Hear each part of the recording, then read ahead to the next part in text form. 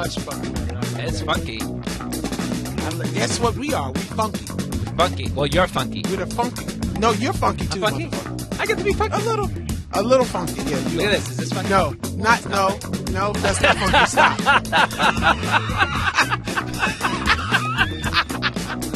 That is fucking awful. That's in my nightmares. What the fuck is up, everybody? Welcome to the Fckry with Leslie Jones and Lenny Marcus. I'm Lenny Marcus. And I'm Leslie Jones. And this is the podcast where our mission is to keep it 100 at all times. We talk about the fuckery going on in the world and in our lives, and we have plenty of it this week for sure. But we're going to have a whole lot of fun doing it. This week in studio, we got a great stand-up comedian, writer, and producer, Greg Fitzsimmons, on the show. Oh, I can't wait. We got listener questions, and we got our last segment, of course, the fuckery of the week. But let's catch up. What the fuck is up? Leslie, let me start. I couldn't get in the building. Yes, I can't get in the building.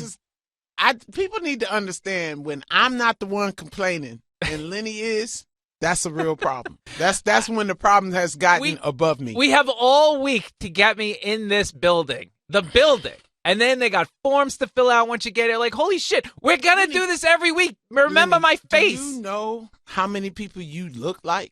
That's you look true. like the most normal white male cisgender motherfucker ever. I would be like, who is this guy? I think His that's name why is there's Lenny. I think they're scared I'm going to shoot up the building because I look just too normal. No, you don't look like you're going to shoot up the building, but you do look like you're going to do some taxes while you're in that building. That's for sure. For sure. I'm here for the audit.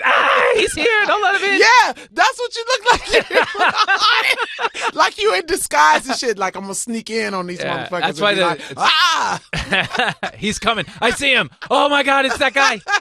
Yeah, forget it. Oh, God. So they finally got me in the building. Like, God forbid. Thank God I'm like 20 minutes early. And then tell them that about the clock situation, because you got to see a fucking clock. So now he's like, we're going to move your 5 seat. minutes. I liked my seat last week, and we're going to move your seat to the other side. This is the same studio we were in last week, finally. And I go to the other side. All the clocks are behind me, so I can't see how to time the show. So he's like, you want to move to the other side? Well, why did we move to the other side to begin with? I mean. And you know what a nerd is without time, right? That's right. We got to chaos. Got to keep it on time, Leslie. Got to keep it on time. Nerd voice. Got to keep it on time. Such a nerd. Speaking of nightmares, okay, so oh my God. There is something so funny about you that at least once a week, and this is what I told when we sold the show, something will happen that's so fucking stupid that it makes me laugh so hard. And this is why I was telling. They're asking me for quotes. Just listen to the show. This is true conversations that Leslie and I have. Okay, what's going on, Leslie? Holy shit, a lizard just ran into my pool and I saved its life. I mean, I'm like, and her pool is set to 102 degrees. The whole pool. 104. 104. 104. It's basically a hot tub pool. So I'm like, oh my God, you boiled. It's a big-ass bathtub. You boiled the lizard. No, I didn't boil, but check this out. What was so fucking crazy about it is that I'm like, having a great day, sitting there with my feet in the pool, smoking, and just like, woo, and all of a sudden I hear a big plop, just plop, like plop, plop, plop. And I was like, what the fuck?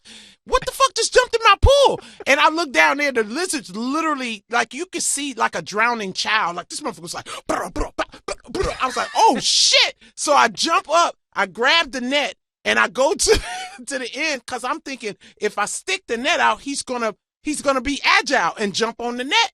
Right. But I think he had been fighting too long, because he did the whole drown plunge. You know, when they give up and they just go. And I was like, oh, shit, no, you're not going to give up in my pool, motherfucker. So I scooped the net under, and I'm yelling at this motherfucker the whole time. I'm trying to save your motherfucking life. Fucking jump on the net. So then I take the net and I scoop it under him, right? Yeah. And I pop him out the pool. So I know I saved him enough time for him to get his breath, but he's stuck to the net. So I'm like, okay, is he dead? Or is he just like, man, what the fuck is happening to my life right now?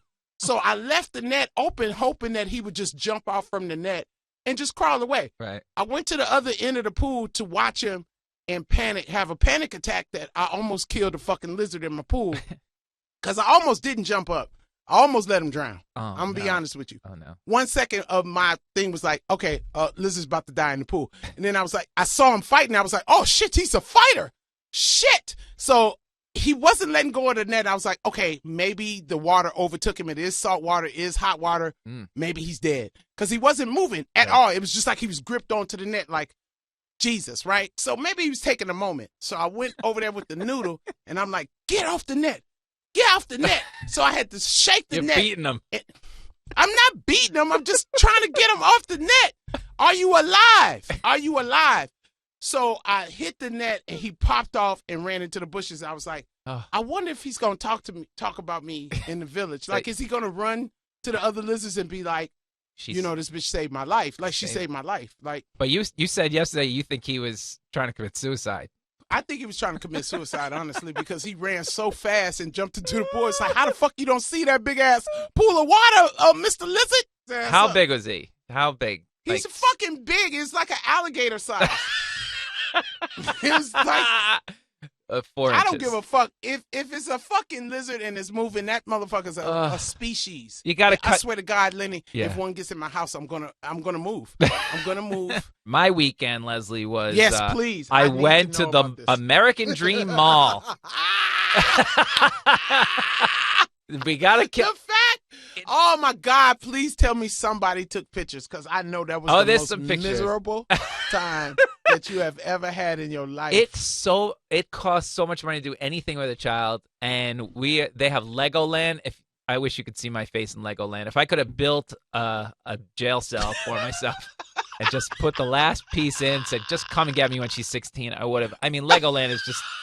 Come on, man. She hated it, and it's like $80 a ticket. It's something crazy. Ooh, $80 I'm for looking a child? By the way, you tell that bitch ain't old yet? This is yeah, right. What? It's funny when you go in the mall. They have these like little animals, but they're like electric. They're like a little electric animal. Little toy cars almost. Like you get on it, you hit a button, and the thing will ride. And so I go with Birdie. She's in front of me, and she's holding the buttons down, and then I just let go. She's driving the whole thing. It's the cutest thing. I'm trying to get the video for us. So it's the cutest thing you've ever seen, right? That's $10 for 10 minutes, okay? That was worth every penny. She drove the thing. She's almost hitting people. I'm screaming. I'm crying. I'm laughing. She hit the wall in the mall. Oh my God. We're waving at the Wetzel's Pretzels guy. It was crazy, my God. Right? That sounds fun. It was fun. $10. The whole day should have cost me $10 fucking, right? But now we go to the $80 aquarium Legoland, and she's looking at the fish going, where are the sharks? Yeah. Like ain't nobody eating it. These kids are different. They want to see sharks eat other fish. Yeah, they want to see. I don't know what they want to see. I don't. I never liked the aquarium because it stank like a motherfucker. Every time my mom would be like, "Let's go do." No, why? I didn't understand that shit at all. I didn't animals. No. I'm way better at like, oh look, that one's yellow. When I was a kid, I'd be like, I'm not going there. No. No, exactly. I would be like, absolutely not. Do you not smell that shit? What about the zoo? Would you same thing? No, it stinks. The zoo it stinks. Fucking stinks. Yeah. There's nothing. And I'm a kid. I'm like, I'm from a farm. You motherfuckers pay to smell shit. Like, we used to like cry when we had to go feed the pigs or feed the hogs or the chickens and shit.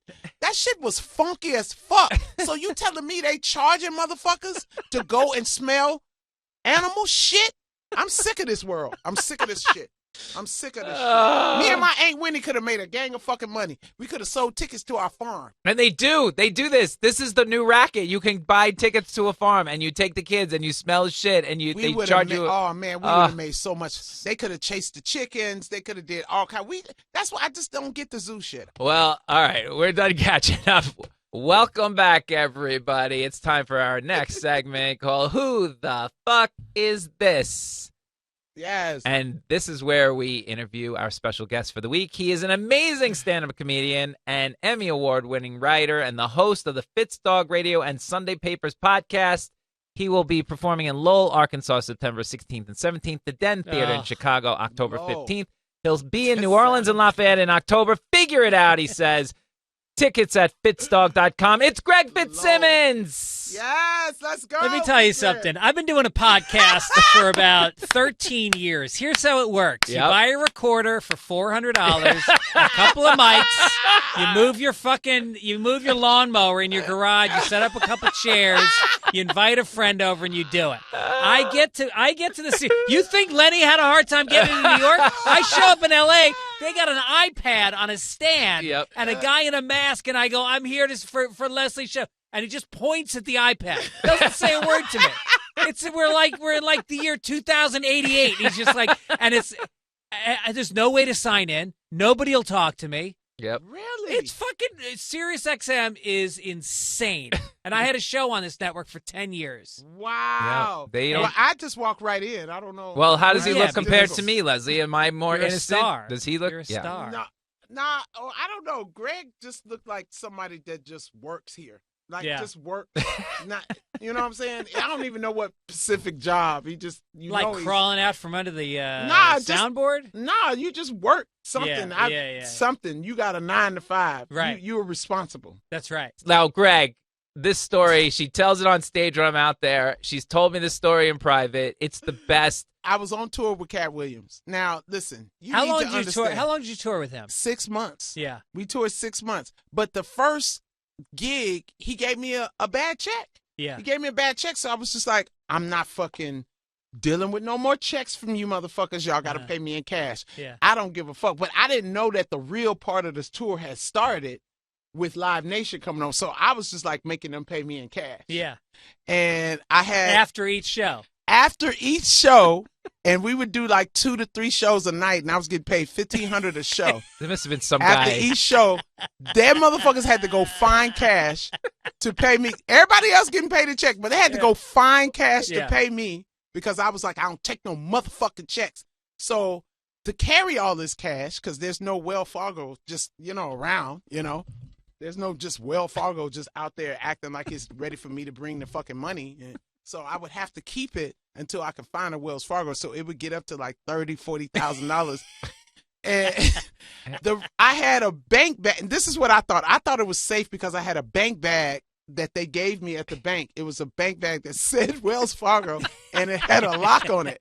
So I was like, I'm fucking great. Yeah. Great. Right. I'm fucking great. I'm carrying like up to $80,000, $70,000 on me. And I would walk into Wells Fargo and I would hand No, but first of all, this is Live Nation. This is the Sirius XM of touring companies. The most corporate. They haven't handled cash since 1978. They handled the Rolling Stones.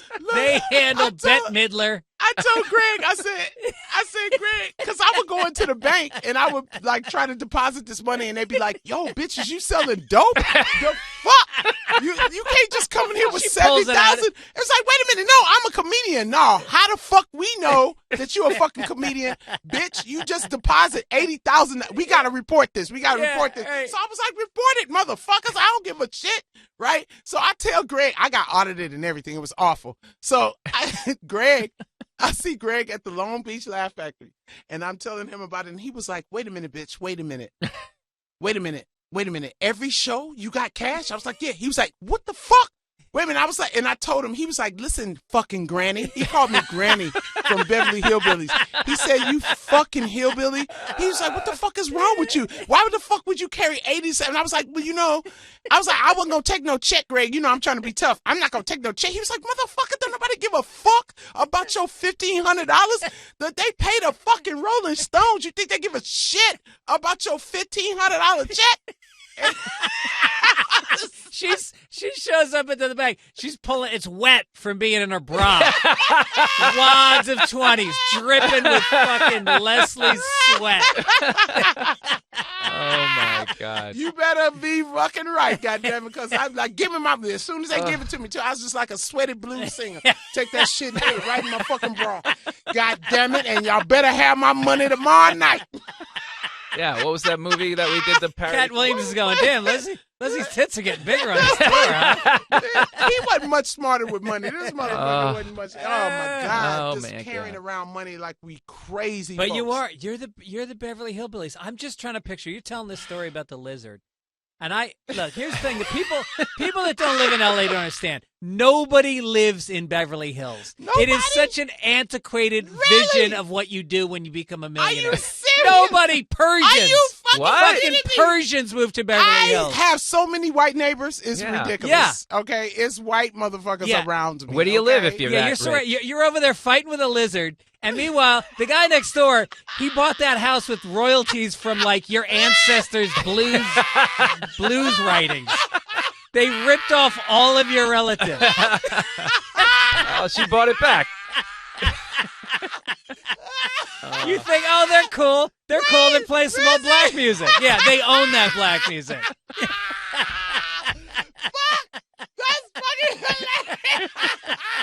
He's like, meanwhile, you fucking buying a house with a commercial money. These motherfuckers fucking bought a house off the back of your daddy. Oh my God, motherfucker, that is fucking.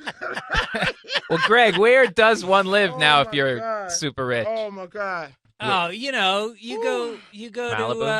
to you go up to, I guess the Where you live at, motherfucker? Yeah. Venice Beach, bitch.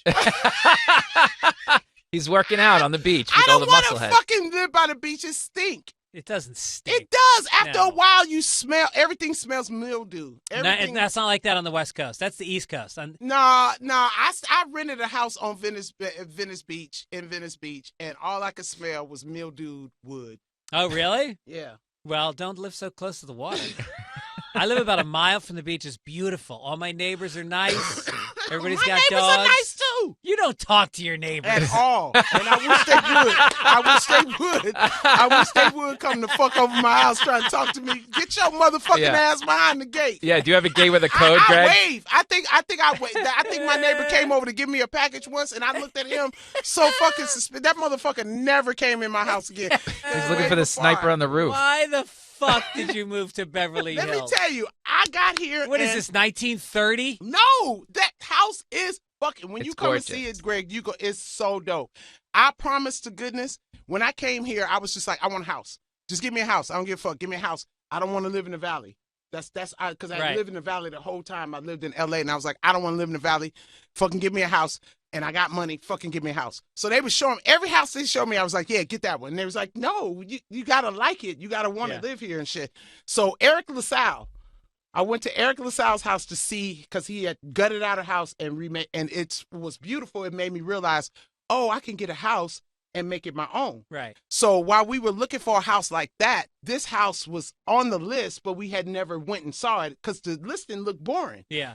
Man, as soon as we rolled into them gates, I was like, oh shit, these gates open? Like that's dope. Like, and it was a fucking Yeah. the garage. I was like, shit, Yeah. a garage. You know, I fucking love me a garage now. Let me Right. tell you something. That's like an extra home. Oh, You know, yeah. It's an extra home. Yeah. So You don't have to wash your man, car every 3 days. you know what I'm saying? And Yeah. the car got a room. Like, Mhm. and sometimes I just sit in the car Yeah. in the garage and smoke. Now I try not to have a car on. They say that's a problem. So Not if you're sad, it's not. If you're sad, it's an answer. Greg, do you know who sold to that house, Greg? oh, you know- oh shit. Bernadette Pauly. No. Yes. You know Bernadette? No shit. Yeah. Yeah, Aldi she knows Sharm's Bern- wife? Yep. Really? Yeah. Oh my They go God, way she back. is awesome. Oh, she's amazing. She is amazing. Yeah, she's She great. found me my home, and I just, it's got a pool. Now, if I got a pool, you literally have to sign a waiver when you come to my house, because if you pee in my pool, that means you pee in my life. Get the fuck Okay, out. right. Get the fuck out. Right. You'll never be invited to my Yeah, house but at again. 104, I think your bowels just you- release automatically. I don't think you have a choice. He's not wrong. All right, listen. Oh my God. I got- Jesus Christ. So not only Bernadette Pauly goes way back with Greg to the Boston scene, but so does Really? Tom Cotter and Carrie Louise. Kidding me? And they know. I don't know none of None that. of those. Sound like white. They are whitest white. of the white. Well, Tom He Cotter is- almost doesn't get any whiter than Tom Cotter. but listen, Yeah. and his wife's great, and they're a great, funny couple. And she told me a story this week because I was helping her with some other project she's doing, and she told me a Carrie? story. Yeah, Carrie. And then Tom stuck his head and goes, ask Greg about a brawl he started involving donuts back in the day in Boston. You right. started a brawl. I about didn't donuts? start the brawl. No. Oh, see, the fact that he Yeah. said it like that Well, means he started the brawl. I want him to tell it. Go ahead. Please tell us. Well, I was on stage at this place. When I started this would have been in like 1993 in Ooh. Boston. Ooh. I was just starting out, Ooh. and Yeah. me and Al Ducharme and Tom Cotter, we used to do these hell gigs. And the thing back then was comedy was so hot, all these fucking slippery agents, they would go to Chinese restaurants because they always had a banquet room in the back that they weren't using. You know, there's always a banquet room in a Chinese restaurant. And they would say, it's comedy now. Tuesday nights, Wednesday nights, whatever night they had free, they put out a sign that said comedy. They'd sell tickets, and they could sell it out. That wasn't the Ding Ho, was it? That's not the Ding Ho. No, this was the Aku Aku in Worcester. Jesus wept. I didn't do this circle. So people would show up, and this is Worcester, so it's just a bunch of unemployed. It's like a post-industrial wasteland. Like the factories have closed, everyone's on welfare, and they just go to this Polynesian restaurant, and they drink booze. You know how you get a bowl of booze in a Polynesian restaurant, and you're supposed to share it with like 4 people? Yeah, but they drink it by themselves. They drink it by themselves. God damn it. Those are the worst, best audiences ever.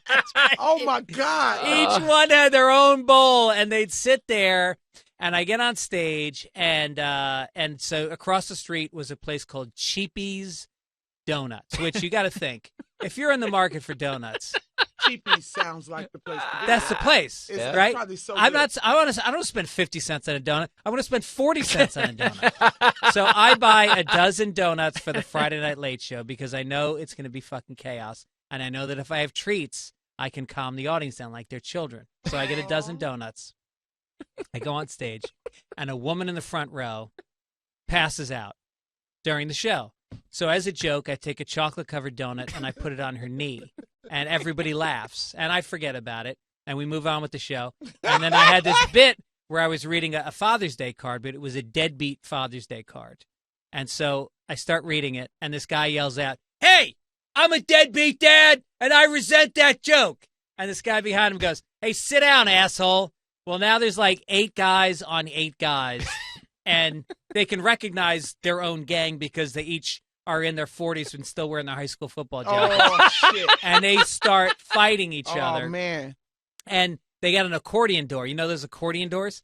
And they're fighting. They break through the accordion door. No. They knock the tables over. They call the police. And I'm narrating the fight like I'm Howard Cosell. Oh, I'm my like, God. when he hits him with the left, watch out, he's got the wooden bowl. And so the fight goes on for so long that it's still happening when the police arrive like 7 minutes later. And so everybody's going fucking crazy. The girl in the front row stays passed out throughout the entire fight. I keep Hilarious. checking on her. I go, still asleep. And now he hits him with the left. And so the cops come, they my arrest God. all these Is guys. people laughing? People are fucking dying. And so the cops arrest a bunch of people. Everybody else gets thrown out. The girl in the front row wakes up, and she sees that she has a donut on her knee. And somebody tells her that I put the donut there. So she gets up, woozy drunk, and takes the donut, walks on stage, and slams it into my dick. Hits me in the balls with a chocolate donut. That's the best thing I've ever heard. Like, so what is the... So then she sits down, and everybody People laughs are so dying. hard. People are dying. She starts dying, laughs so hard, she throws up on the stage. Vomits on the stage. And did you go, "Thank you, ladies and gentlemen, Greg Fitzsimmons"? I made it through the fight. I did not make it through the vomit. I said, "Thank you very much." Yeah, exactly. I'd Fucking have been like, outie. "Thank you very much. The fuck out of here with donut on my dick." No, And chocolate on my dick. I don't know if Lenny. I think I've been in. I think every comic has experienced. I've experienced more than one. Have you? Oh my God. I'm a black comic. Yes. Yeah. Like Harlem at the Autobahn. You remember Gerald Kelly? J.R. Kelly? Gerald Kelly. Gerald No. Kelly. The Yeah, I remember comedian him. Gerald Kelly? No. Okay. You remember who's Angelo Lazaro? Yeah. Lozado, Okay. yeah. Angelo. Yeah, he used to have a room at the Autobahn, Okay. and it was a crazy Puerto Rican crowd, and they're drunk as fuck, and like one that already pulled their dick out on me. Doing my set, and I'm like, "Oh man, thanks for showing me your Puerto Rican dick. It's not as big as I thought it was gonna be because you guys are half Spanish, half black. I thought at least you'd meet in the middle, but obviously, and it was so funny him trying to tuck his dick back in after Yeah. I thought it was just awful. It's just Yeah. so awful, sir. Do you pull that out on women? Like, it was so. I calmed them down because they were laughing so hard at their boy getting talked about. Right. They were really calm and happy. Gerald Kelly comes on the stage and says something, and one bottle flew. I swear to God, it was like color purple, and I was under the table like Sealy. I literally was under the table. I was under the table like, I want to see. I want to see.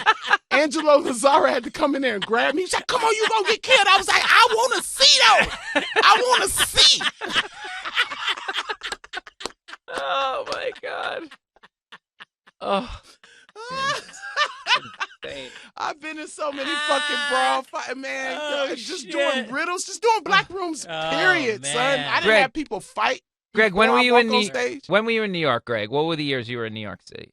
Yeah. 91 through 2000. Okay, so you remember the beginning of The Cellar. Like, there was that cook, Hassan. That's the beginning of The Cellar? Well, like the beginning of the beginning of my years at The Cellar. The comeback of The Cellar. Wait a minute. Where did The Cellar, when did this start? Like, probably back in the 80s. Yeah, right? like 80s, was early Esty 80s. running it? No, it was a guy named Bill Grunfest. Manny. It was a guy named Bill Grunfest. Right. Oh, you No, I used to go to The Cellar when I was a teenager in New York. I used to go to the Comedy Cellar when I was like 15 years old, and it was 16 just, years it old. was always like the way it was? It was Bill Grunfest on stage, and you know who he used to co-host with was, why am I forgetting his name? Plays piano, Rick Crom. Yeah, Rick Crom. Yep. Him and Rick Crom used to do musical comedy together on stage. No shit. And we used to heckle, and I used to go down there. I was a fucking we used to do blow and heckle the comedians. And I was heckling Jerry Seinfeld and Paul Reiser. Yeah. Really? Fuck yeah. No shit. Yep. Oh, I fucking love it. Yeah. Do you know them now? Nope. Oh, I was going to say, Was if you know them, would you tell them that you... I know Paul Reiser enough that I could probably tell him now. Yeah, What about please, Jerry? That would be the conversation I Yeah. I would. Was Jerry like... Jerry. Yeah, Jerry would wanna hold hear the that. grudge. Jerry Yeah. would be like, "Are you the fucking asshole?" Like, right. That would be fucking hilarious. That would be the? I want to be there for that interview. Yeah. How did That is Seinfeld funny. respond to that? Like, was Seinfeld like, did he ever hey, answer Sean? your- He was good. No, he would fucking hammer us. Yeah. He would destroy us. Of course. Yeah. We would go home and we would talk about which comedian was funny or shitting on us. Like, we didn't think that we were gonna win. Right. We just wanted to. I was you the thought asshole who thought I That was helping them. us. I really was. Everybody needs to understand that's how most comics start their fucking career. Yeah. A lot of comics start by being that motherfucker in the audience Yeah. that thought he was helping the comic. Yeah. Oh, I love destroying motherfuckers like y'all. Yeah. Oh, I love. I remember once Rick Crom was doing a show and he would play the Brady Bunch theme song. He played a lot of the TV show theme songs and then he would do jokes about them. And he goes, oh God, what was the joke? Oh, how did the skipper Gilligan's Island? He played. He goes, how did the skipper get so fat on Gilligan's Island? What was he eating? And I go, ginger. And I fucking killed. I was 15 years old. Oh my God. And I remember he did something. He did something hilarious. that I remember to this day. He taught me something that if you're the comic and the audience scores a good laugh, tip your hat. Give them the fucking laugh. Yep. Don't try to top them. Right. Because you may not be able to top them and then you lose your power. Right. You go, good, that's a good one. And then you move on. Yeah. Yeah. And that's something Great I tip. learned too. There's like, when you just like, when someone rips in front of you, Yeah. come out and give love to them so they can Right. give love to them and be like, now you're here though. Yep. Yeah. Tony Woods taught me that. Tony Woods. Tony is the Woods, best. he was like, he would come on stage after me. He would go, give it up for that girl. Because I ain't finna do none of that shit. I'm about to sit right here on it. Her fucking ass is tired. Look how she was sweating when she left that motherfucker. Like, it's so good. And then Right. everybody's like, okay, well, what are you talking about? Right. It's damn. Well, Greg, you've That seen is so funny. Greg. Yeah. the way I want to end the segment. You've seen all three comedy scenes during And the that's boom. it. You fucking throw me out of here. Wait, I no, stood no, at we want you to security. stay. I was at security for the longer No, than no, I'm we- sitting in you this gotta fucking stay. We want you to studio. stay for the next Stay the rest of the- Well, segment. I had to give my fucking email address, my just- phone number. we They want took you a to- photo of me. I'm in the database of SiriusXM, so I could sit here for 7 minutes. Listen, I'm trying to give you props. You're the only guy that was in all three huge scenes in comedy history, immersed in the Boston scene when it was flying, came to New York, was in the middle of that huge scene, and then when the Cellar took off, and then now you're in L.A. So explain the difference between all three scenes and tell me which one was your favorite. Well, the Boston scene is uncanny, and somebody should do a documentary about the years that I started in Boston, which was like, I was in college, so I started in like 80. But wait a minute, they did when BU. stand-up stood out, right? Or it didn't cover. Yeah, but that was just before that. That was like Okay. the 70s and 80s. Somebody needs to do like the 90s because at that time it was these are all unknown comics. Nobody was making a living, and it was Louis C.K., it was Mark Maron, it was Bill Burr, it was Patrice O'Neill, it was Dane Cook, it was from Boston. Yeah, all out of Boston All at out the of same time. Bobby Kelly. Shit. Yep. Yeah. Tom, you. It was fucking. That is a Al. threatening lineup right there. And it was like, I hate to say it, there was not, other than Patrice, there was very few black comics and there was very few female comics. It was very Irish and Italian. It was very fucking fucks. Boston's a racist place. Fucking bastards. It is. Fucking fucks. I would have been the bitch that broke through though. I would have been putting my foot in ass. No, because aggressive comics worked up there. Oh my you God. Kicked I would ass. have what? I was oh my God. You were from New York, you went to college up there, then you stayed in that scene and it died, so you came to New York, is that why? No, I kind of transitioned from I wanted to go to acting school. So I was in Boston and I was making a living, which was amazing. I would basically graduated college. I'd been doing stand-up while I was in school, and so I was making a living instantly and doing these Chinese restaurants and shit gigs, but they were good gigs. It was still a couple hundred people that really wanted to laugh. So all these guys, the reason why so many people came out of Boston is we had so much confidence from being in front of good crowds 7 nights a week. It wasn't like, I'm sure, starting out in L.A., You're going in front of fucking 12 people at 1 o'clock in the morning. Well, when I started, there was clubs, but we didn't get to do a lot of white clubs. Right. We had the Comedy West, we had the Mavericks Flat, we had Mixed Nuts. Yep, we had the spots like that.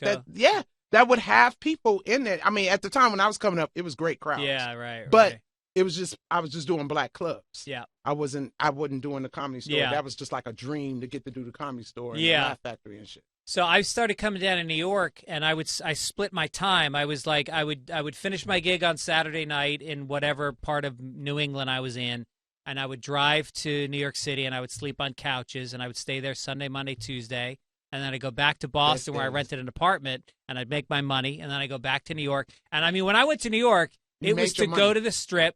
I didn't make any money in New York. You didn't make no money in New York? No. Oh, no. New York was just getting my foot in the door at the clubs. See, that's so crazy because with white comics, y'all didn't make money like black. I made so much money in New York. When I came to New York, it was like we was getting $75 a spot because in some places $100, $125. Yeah.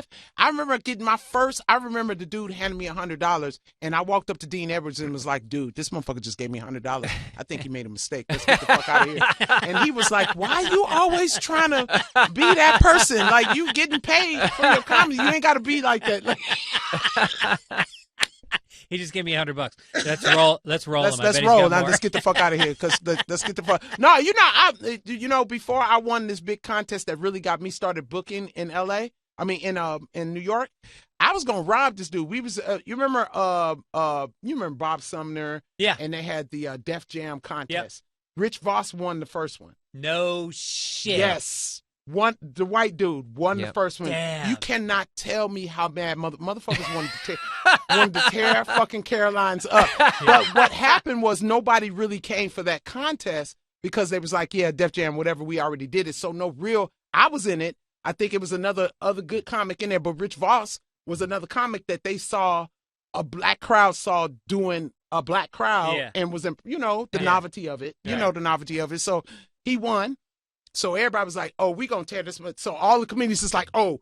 So Bob Sumner's like, "We gonna have a second one at the Peppermint Lounge." Uh-huh. And all the comedians was like, "Oh no, we finna go to fucking do it." So everybody was in that contest. Tony Roberts, JB Smoove, Todd Lynn, Dean. There was so many big headliners. Greer Barnes. I don't know if Greer was there.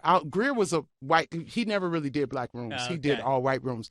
So I think I was the only girl on that thing, and I was number 13. So I was like, there's no way. And I needed the money for rent. Yeah. I mean, like when I left my apartment, my Rastafarian roommate, which they were very cool, they were just like, yo, we waited a long time. Like, we got to get this rent paid. So, and I was like, I'm hoping I win this contest tonight, man. And they're going, great. And they really are positive. They was like, oh, Ja loves, Rastafari, you know what I'm saying? Like, I'm like, okay, I hope that motherfucker's there at the fucking I'm gonna contest. win this contest. I'm gonna grab a bar of soap for you guys on the way home. See, you fucked up for that. They take baths, goddammit. Don't do no rosters like that. But so I'm sitting in the back. I'm like, I'm number 13. These big headliners are going to go up. There's no way I'm going to win this contest. So I went back to my old ways, and I was just like, yeah, I'm going to rob one of these dudes. Because, I mean, that's what we used to do back in the day. Okay, I'm confessing some shit. But we used to, like, you know, you can't do nothing with your pants down. Let's just say that. I'll just end that with that, right? You can't do much with your pants down. Okay. You really can't. I get it. Just give me your money. So I was scoping, trying to, you know, figure out who I was going to do it to. You know, and these short Africans are really easy, right? Yeah. So I was looking at this one dude, and what I wasn't noticing was people were bombing because the room was filled with women. So Tony Roberts went up, and you know Tony Roberts, right? So he has this joke about his big dick. He was like, I blocked the bullets with my big dick. Them bitches was in the audience like, really? Yeah. Did you block it, motherfucker? Uh-huh. Like turning their back on a JB Smooth bomb. Fucking bomb. These motherfuckers are bombing. Wow. Like, and JB Smooth, I had never seen JB Smooth bomb ever. Yeah. And he bombed. So here come talent. When I'm sitting in the back, he was like, are you paying attention? And I was like, nah, I'm looking for a dude. I'm a fucking robber. Like, he was like, what? I was like, I need rent. I'm finna rob one of these dudes. And he was like, hey, Tupac, come here. He was like, what the fuck? He was like, you're a fucking comic. You're not a goddamn, what the fuck? I was like, you don't know me. Yeah, I do know you. I know that you're a fucking comic. I'm putting your ass up next. He was like, are you paying attention to the room? It's all women. Yeah. So I looked out, and I'm seeing these women are not laughing. Todd Lynn gets up, and Todd Lynn has some female material, so you can see them responding to that. So I was like, oh, okay. Man, I did my first joke, and when I say the roar of the crowd was something I had never, it was like a roar, like a continuous roar. Them bitches was going crazy. They started throwing money on the stage. Shit. They started throwing money on the stage, and I'm ripping. I come off the stage. Picking up the Tony money. Roberts grabbed me. He was like, fuck, you just ripped this motherfucker. They gave me the $500 because that's what the prize was. Plus, I know you took the money. All that money. Are you kidding me? Yeah. They was dying because every time they would throw something, I was like, I was with the mic. And then I remember looking at the audience going, is this how strippers feel? Jesus.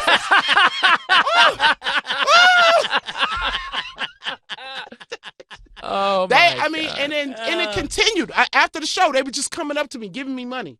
They was like, we want you to fucking succeed. If you got to be in the class with all these men, you fucking killing it. And which I did had a great set. Yeah. But I was just like. They give you $500 cash. They gave me $500 cash. Nice. So I walked home. I walk into the apartment because, you know, Rastafari all night long. They smoking and shit. And I walked in the room. I had the jacket on and had a handful of fucking money. And I was like, motherfucker, I won. Man, weed went everywhere. It was awesome. It was a great night. That's was amazing. a great night. We went up on top of the roof. Yeah. We partied. It was just a Peppermint great moment. Lounge, the show was at? And it was the last show that they ever did at the Peppermint Lounge because it was closing. Shit, yeah, really? I had never did the Peppermint Lounge. Damn, I used to go to the Peppermint Lounge. It's I was hard. a teenager, It's a hard place to perform at. Yeah. Wow. Oh, man. Wow. Very cool. Man, I just love comedy.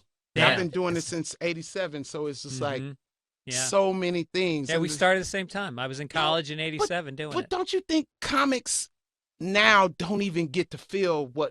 And I'm pretty sure comics before us will say the same thing about us, that they didn't get we didn't get to experience what they went through. Right. But well, you know what they didn't experience is when you and I started. Nobody talked about, if you said the word career, people would fucking laugh at you. They would be like, especially career. Your family. What are you talking about? Like, you always got, what's your real job? Yeah, right. Yeah. Right. So we did it for the love of the sport. We did it for those laughs. We did it because it was a dare. Every night was a fucking dare to go on stage. Absolutely. And it was just a pure joy, and the camaraderie came out of these was misfits. So you weren't around people that fucking work for the Harvard Lampoon and they're on track to get a Simpsons job, but they heard that they should do stand-up. Anybody come in the club doing that shit, we'd be like, get the fuck out of here with that bullshit. Yeah. Like, for the longest, I didn't know about, I used to say sketch comics were comics who couldn't do real comic. Until I went to SNL and sat at the table with fucking writers that really just was like, I've literally felt like a dumbass when I was sitting there between Taryn and fucking 80. Yeah. You imagine the fucking voices? Yeah. It's just like, these motherfuckers are turning into different people in front of me. What the fuck Right. is happening? Like, this is not what I thought sketch comedy was. Mm-hmm. Or either this is what it really is. Right. Does that right. make sense? Right. But yeah, them motherfuckers come around, we be like, man, get your ass out of here, corny motherfucker. Greg, did you My write for career. SNL at all? Career. Did you do No, anything? the closest I got was I submitted a package for Weekend. I wanted to write for Weekend Update.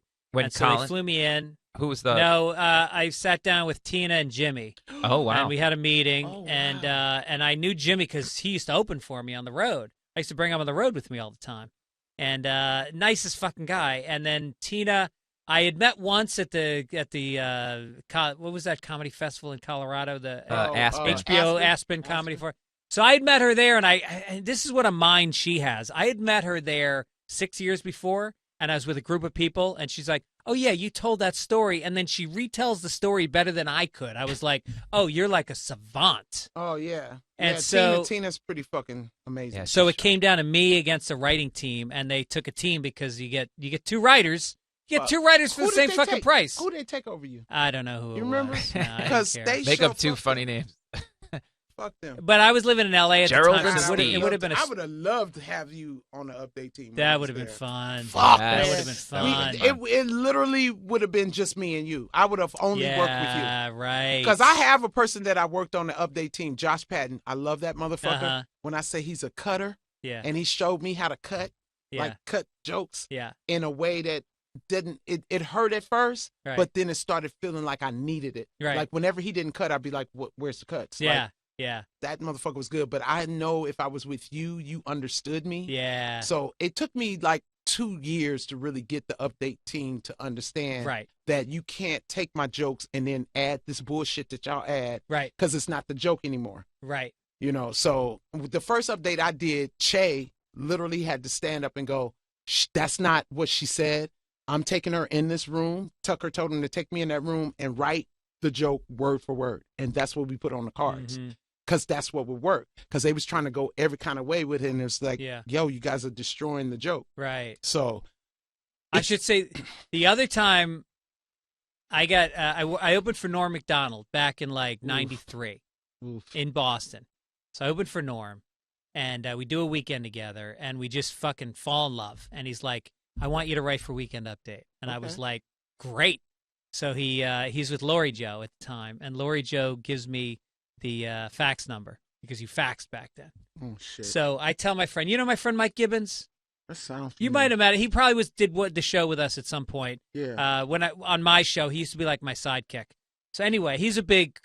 We went to college together. We've been best friends for 30 years, and Nice. he created Tosh.0. He created Spade's Nice. last show. So I tell Mike Gibbons, and he's working in PR, and I'm struggling stand up, and I go, Norm Macdonald asked me to write for him. We're going to do it together. So every Wednesday night, we would sit down with all the newspapers Thursday night. All the magazines, all the newspapers. There was no internet back then, and we would come up with topics, and we would write jokes, and we'd punch them up, we'd polish them, we'd cut them, we'd do whatever, and then we'd get all ready. And by 3:00 in the morning, we're jacked out on caffeine, eating Chinese food, and we'd finally we put into that fax machine like we were handing the king his slippers, just like, here are the magic joke, and we'd send him in, and then Saturday night we'd sit in front of that TV and listen for him. and we'd they listen would, for him. Would they be there? Didn't come out the first Never. week. We go back the second week. Okay. Work harder. Nothing. Third week. Fourth. Goes on for 6 weeks. 2 months. And finally we went, fuck it. We suck. We're not meant to do this. We forgot about it. Cut to 20 years later. Mike Gibbons is now the executive producer for Norm Macdonald's show, The Sports Show with Norm on Comedy Central. And he meets Norm. It's first week of work. He goes, Norm, I just got to tell you, by the way, I wrote for you once before.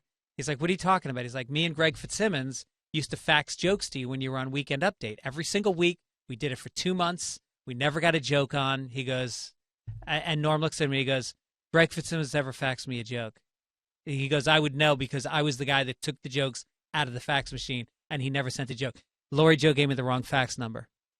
God damn it. Holy shit. shit. Goddamn bitch. Are you serious? We were faxing. So there was some guy. You faxing it to? Some guy on Some Wall guy Street. going, oh my God. The guy's dying. Like, he's a I great. swear to God, he might be a comedian wherever He was the funniest guy in his insurance office every Friday morning. Greg that is Fitzsimmons great.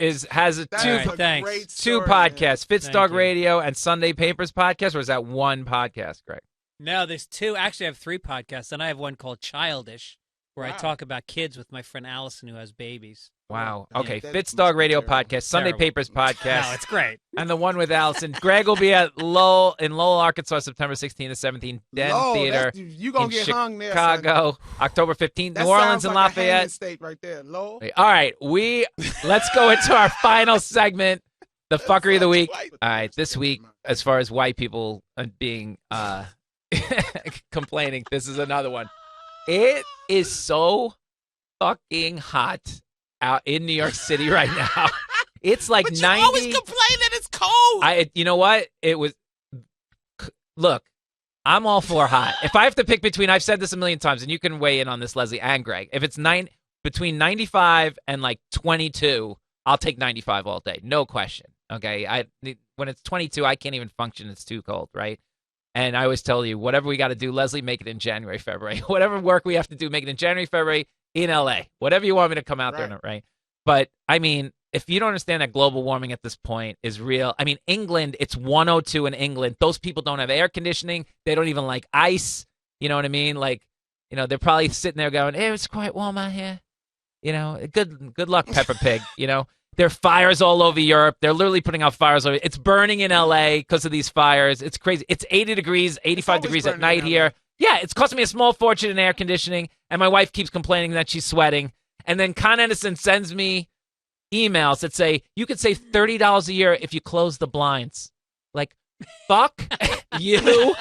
Fuck everybody. This is some crazy fuckery. $30 a year. Thanks. I got a way to save money. Lower the fucking cost of energy. Well, okay, my fuckery of the week is, okay, so I should have told Judith to pull this up, but there's a story coming from Walgreens. A couple, married couple, she forgot her birth control, and they went to Walgreens to get some condoms. And the motherfucker behind the counter says, "I can't sell this to you because of my faith."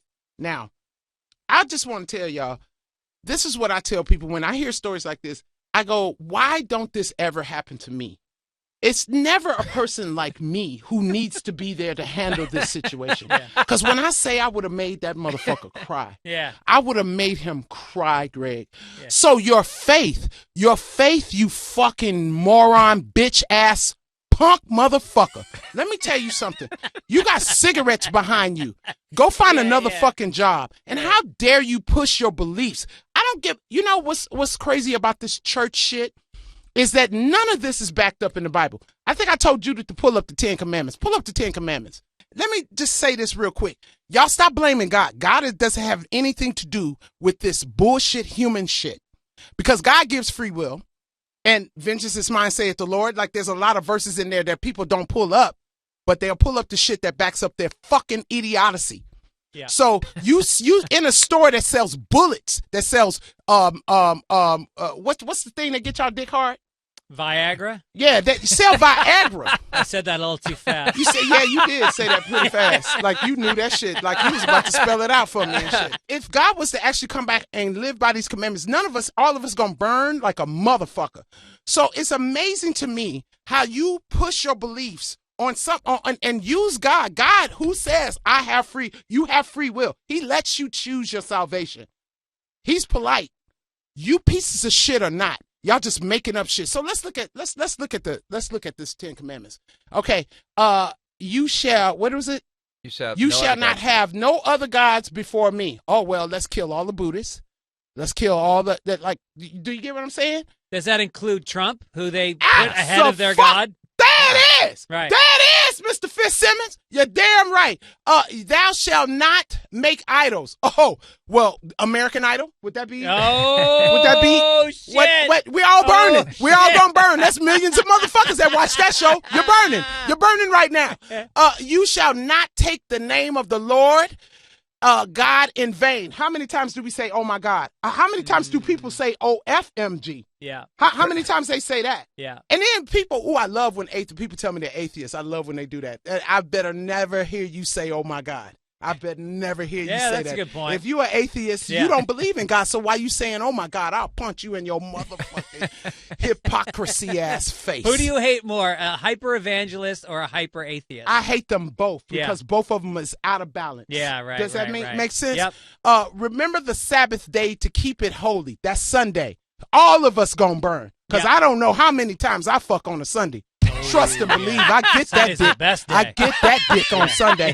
Sunday is the day I mark for dick. Matter of fact, because it's a day we rest. Let that dick rest in my motherfucking pussy. You're goddamn right. Right early in the morning. Preach, sister. Right early in the morning. Amen. Hallelujah. Okay. Honor your father and your mother. Come on. Come on. How many people kill their mom, especially white people? Y'all Kill tell them me. and put them in a fucking nursing home with like a bunch of people that don't give a shit about them. And never go fucking see them. Yeah. Right? Yeah. Oh you shall not murder. Hello, pandemic. That's fucking hilarious. Yeah. That is hilarious. You shall not commit adultery. Well, pansexuals, that includes all of us, right? Yeah. We should not commit adultery. Everybody fucking everybody. Yeah. Yeah, let's see. Adultery don't mean, and then we don't even have the real right meaning of what actual marriage is anymore, right? Right. Because marriage can be a floating thing. Like, I could be married to somebody, but I don't really have the same, like, we don't even know what that is. Yeah. Yeah, whatever. You shall not steal. I stole this morning. I literally stole this morning. I literally didn't. Come on. stole this. What I did took you steal? somebody's towel. I took a towel. Where? I took from the gym. I took that motherfucker. You bought it home? Yeah, I put it in my car. I ain't put it back. You shall. I stole. Okay. Oh my God. You shall not bear false witnesses against your neighbor. That means you ain't supposed to be lying on motherfuckers. How many times? We lie all the time. We tell at least 100 lies a day. Right. Every day. You shall not covet. I think that's what you should not lust for. Oh, come on. Oh, we're all burning in hell. We're all going to burn in hell with barbecue sauce on the side. You understand me? Amen. So while you sending out your fucking righteousness, take care of you, because there is a verse in the Bible that says, before you go and judge someone else, take the plank of wood out your fucking eye. Woo! Can we just review that the title of the show has to take the you out for what? To soften it? Yes. To soften the show? Yes. Is that the one place? It's supposed to be for the kids. Oh, So they You don't and see the E. fuck right off. Yes. Yes. So you don't see fuck right off. Right. For the kids. That's the fuckery of the fuckery. Yep. We That's love irony. the kids.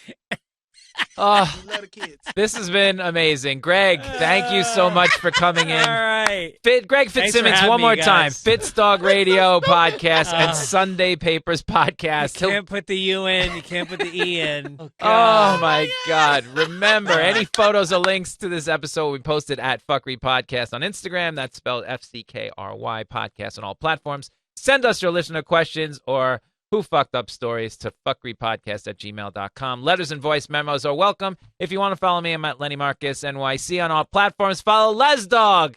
That's Les Dog with 3 G's on Twitter, 4 G's on Instagram, 5 G's on TikTok. The Fckry with Leslie Jones and Lenny Marcus was created and stars Leslie Jones and Lenny Marcus. The show is produced by Judith Cargbo, and our audio engineer is Marina Cherry Pais.